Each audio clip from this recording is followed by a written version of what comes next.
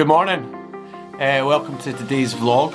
Today you would normally be expected to see some CVR race coverage. That's not happening today, and as you can tell from the title of today's video, as far as I'm concerned, CVR is no more. I've pulled out of the race series and I won't be taking part in any future CVR races. So today's video is just a little explanation as to why I've decided to make that decision, and the views obviously are mine and mine alone.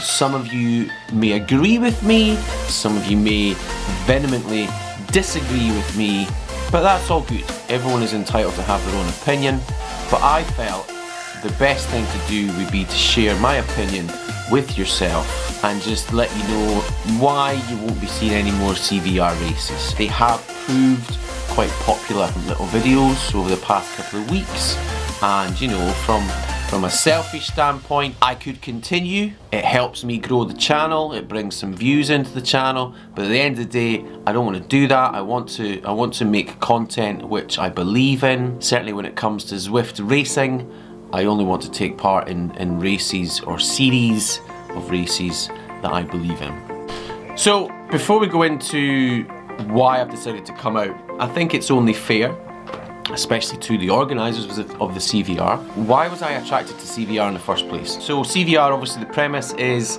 it's like for like racing. So unlike the categories that we have had since the community expanded into racing on Zwift, which we all know there are huge flaws using watts per kilo to form categories. We know this, however, we also accept that there have been lots and lots of ideas bandied about, and they keep coming up time and time again. What could we do that's better than the system we currently have? And to be honest,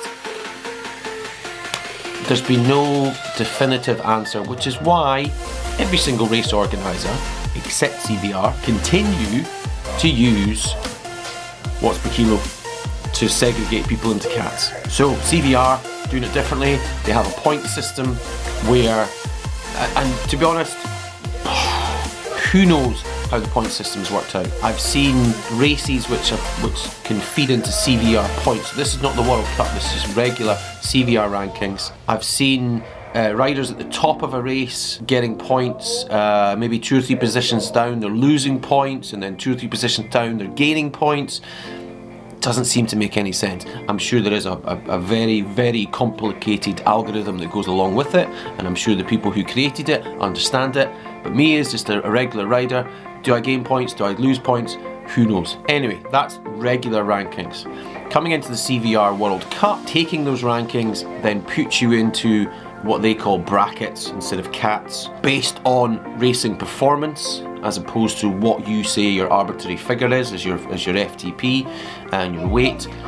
And obviously within Zwift there's lots of calibration issues, some are intentional, some are unintentional, there's people who are weight doping, there's a whole host of things which can affect people's FTP figures and therefore their watts per kilo, and then therefore their CAC. CVR done away with that. I really looked forward to and enjoyed the prospect of racing in a bracket with other not like-minded, but other riders who were of a similar ability to me, as opposed to riding in Cat B, which is what I am, which goes from 3.2 all the way up to just under 4. That's quite a difference, and you invariably, especially with B, well, it happens in C and B, you've got people who really should be in Cat A that are riding as B, you've got people who really should be in B who are riding in C, you've got the sandbaggers, you've got the people who are miscalibrated and all that. CVR was meant to do away with all that. Really looked forward to racing. The idea of not using power-ups, banishing them altogether, so it's just a pure rider's ability. They were all the plus sides.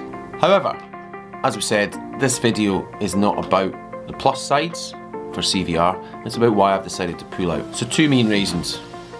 CVR for me is a commercially driven entity.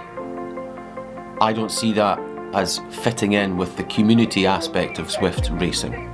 I think it's an evolution step too far. Yes, there are huge prizes to be won at the CVR World Cup, the live events. We've had London, we've had Paris, we've had, obviously in America, we've got the finals in Vegas. Huge prize funds for people to win. And that's a good thing, esports for sure, absolutely. However, Zwift community racing is that. I don't think CVR fits into Zwift community racing. And I have an issue that it is, in essence, creating an elite bracket above everybody else.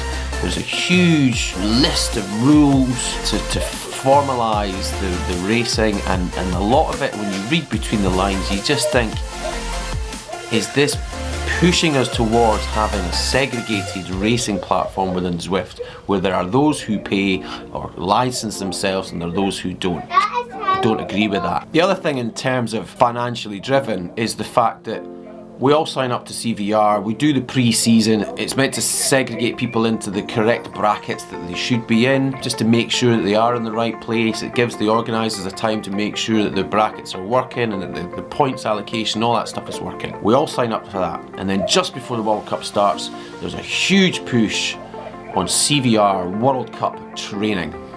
A paid program where you can elevate yourself into what they're calling the performance bracket.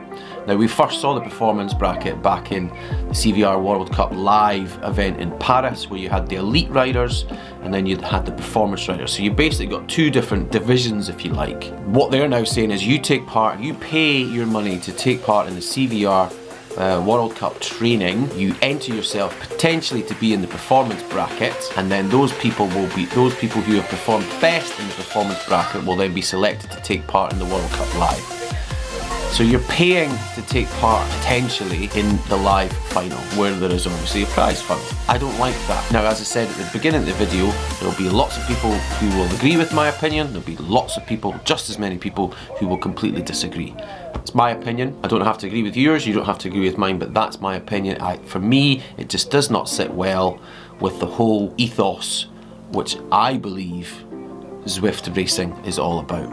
And I'm not going to go into my opinions on the training programs because I've not seen them, but I just feel that there is no way that you could have an individually tailored program for, I mean, I don't know how many people have signed up, but I would imagine there'll be quite a few people that have gone, that's quite a good price, I'm going to sign up to that.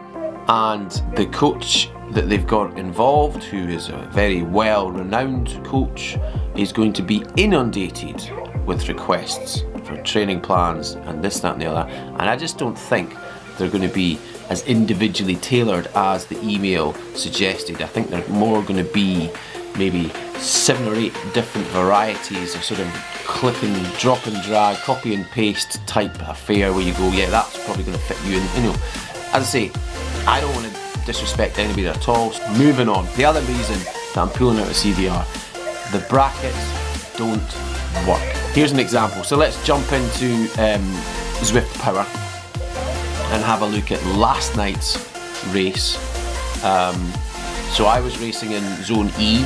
So that's to be fair, it's usually the most highly populated time zone for Zwift racing. So it's around about 7 PM GMT. I was racing in bracket C.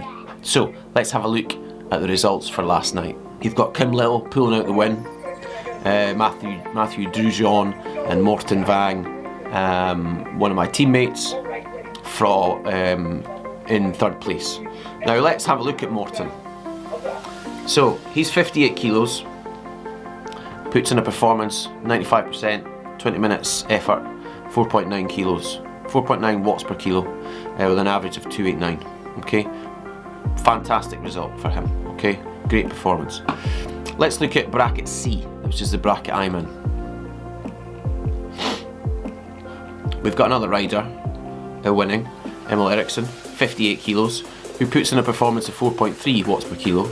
Second place rider, 57 kilos, puts in a performance of 4.2 watts per kilo.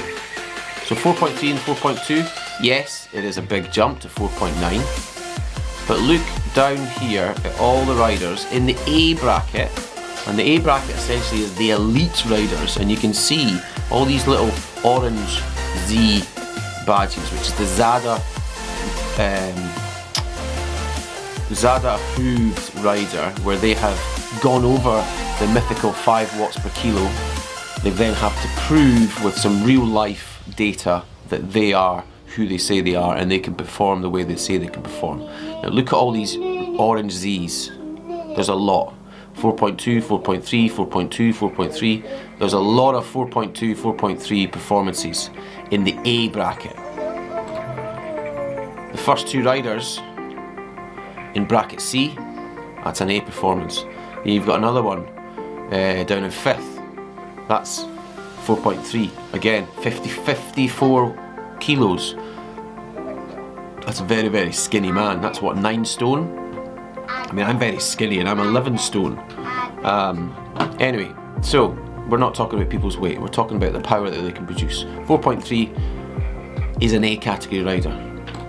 Let's look at the B bracket. Again, 4.1, 4.5, you know, 4.3 and above. They're A riders. Bracket D, 3.9, 4.2, 4.2. Again, you're talking A category performances. And even down here, you know, you've got 3.6, 3.3. Now, we're not using the traditional cats. However, you cannot get away from the fact that traditional cats and watts per kilo is a very good gauge of someone's performance. If I look at real life information, so I'm a Cat 4 rider, there's a very good reason that there's another local rider very close to where I live who's a Cat 2 rider. It's not just the fact that he's been racing for longer than I have, it's not the fact that he's younger than me, it's not the fact that he has more experience. All of those do add in to ensure that he has better performances out on the road when we're racing. However, the main reason is he has a much higher FTP, therefore watts per kilo output than I have.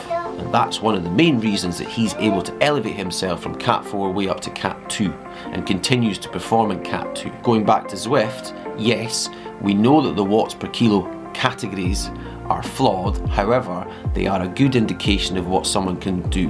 Now, if someone can push out 4.2 watts per kilo, they're an A cat. Regardless of whether we're using cats or not for the CVR, 4.2 every single day is going to trump somebody like myself that can do 3.2 to 3.4. It's a fact. Now, I'm not taking part in CVR or any races to win.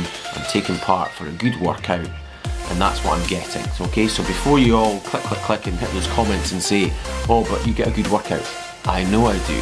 However, the premise of CVR was making racing a little bit fairer, using a different way of segregating riders, and that was exciting, and that's why I signed up, and that's why I wanted to do it. The reality is that's not what's happening. You've got A riders across every single bracket, and they are walking away. Now, if we look at the CVR rankings just very quickly, and it'll further highlight what I'm talking about. So, we've had 3 races. I couldn't race last night, which is another reason why I'm pulling out.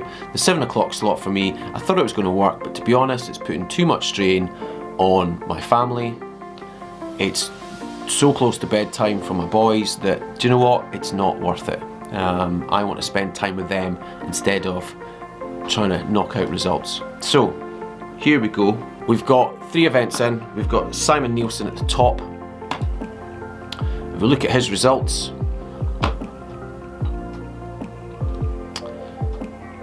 there we go. First, fourth. Very, very consistent. Ben, second. Very consistent. Paul Stubbs, who's currently in 3rd, 4th, 2nd, 7th. Okay.